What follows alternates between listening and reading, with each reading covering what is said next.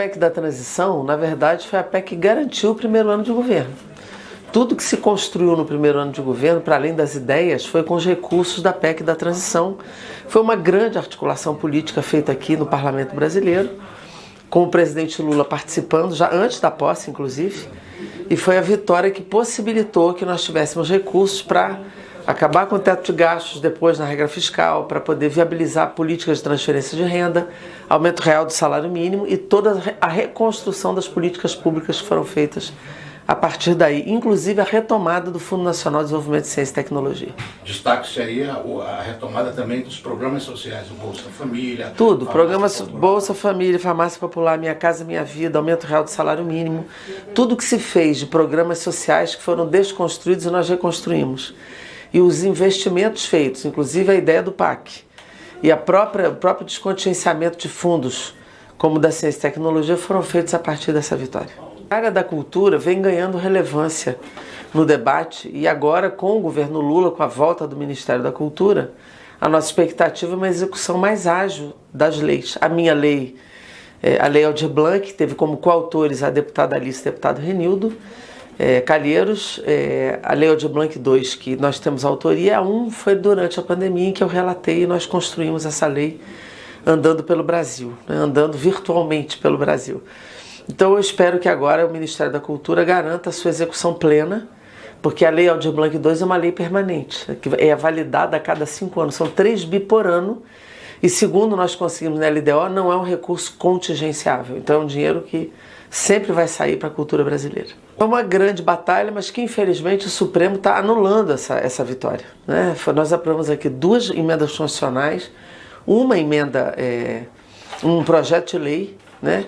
Na nossa bancada eu acompanhei a deputada Alice Portugal ainda mais de perto, né? Juntamente com a enfermagem, eu também acompanhei com muita força, mas o Supremo Tribunal Federal infelizmente legislou sobre as leis que nós fizemos e isso quase que anula a viabilidade do piso em todo o país. O PL das fake news infelizmente não foi aprovado esse ano, muito lobby das Big Techs, muita dificuldade com as Big Techs. Nós inclusive dividimos o projeto e toda a parte do direito autoral dos artistas e do jornalismo veio para a minha lei, a 2370, que também está em construção de acordo, e nós vamos entrar numa eleição em 2024 sem essa lei aprovada, o que é muito ruim, porque fake news é um instrumento da extrema-direita nas eleições, e isso interfere no resultado eleitoral.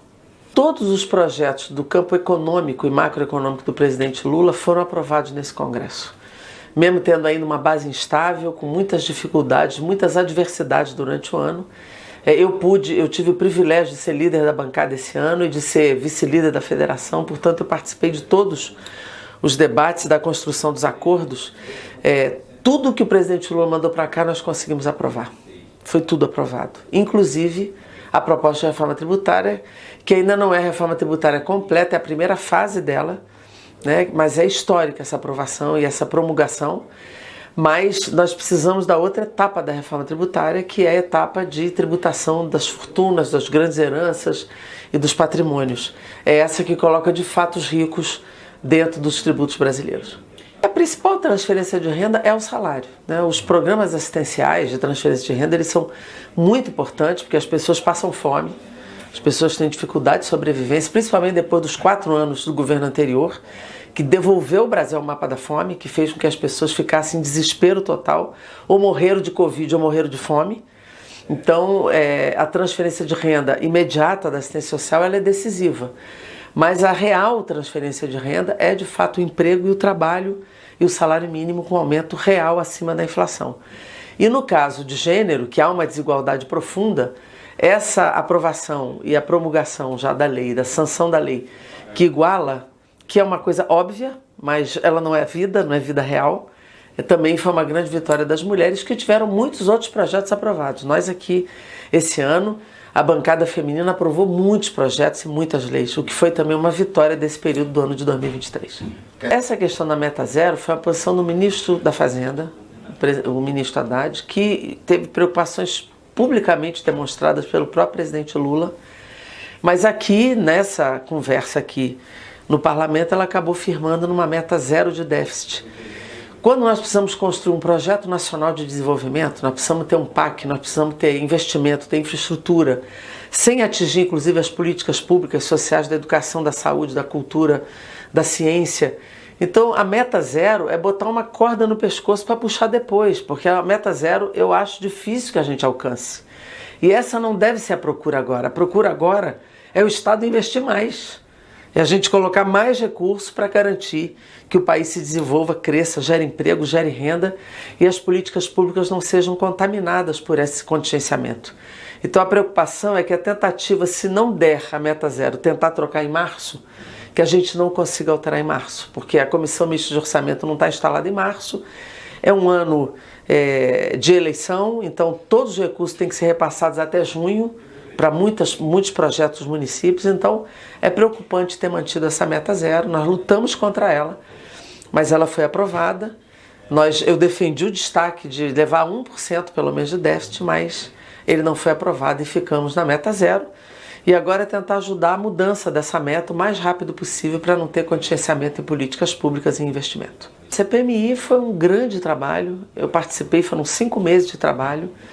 Nós aprofundamos a investigação, nós fomos fundo nas investigações e geramos para 6 órgãos públicos, desde o Ministério Público, Supremo, AGU, TCU, Polícia Federal, nós fomos a todos esses lugares entregar um relatório de 1.300 páginas com muitas provas, inclusive indiciando o comandante maior do golpe, que foi Jair Bolsonaro.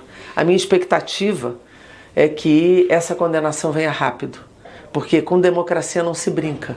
E a gente só consegue evitar novos golpes quando a gente pune os que tentam derrotar a democracia no Brasil.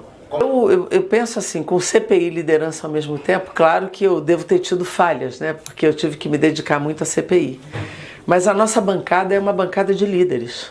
É uma bancada em que todos têm muita capacidade de interferir na vida do parlamento, todos são muito respeitados e respeitadas.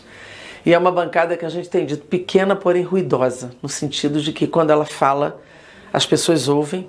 Então, liderar essa bancada é sempre um orgulho, é sempre um prazer. E acho que nós fizemos um grande trabalho esse ano de lutar pelo êxito do governo, de lutar pela aprovação das matérias e, ao mesmo tempo, aprovar os nossos projetos. Ter papel nas CPIs, não foi só uma, eu participei da CPI do Rio de Janeiro, mas outros parlamentares participaram de outras CPMIs. Então foi um trabalho intenso, dedicado, estamos todos muito cansados, mas com sentimento de missão cumprida.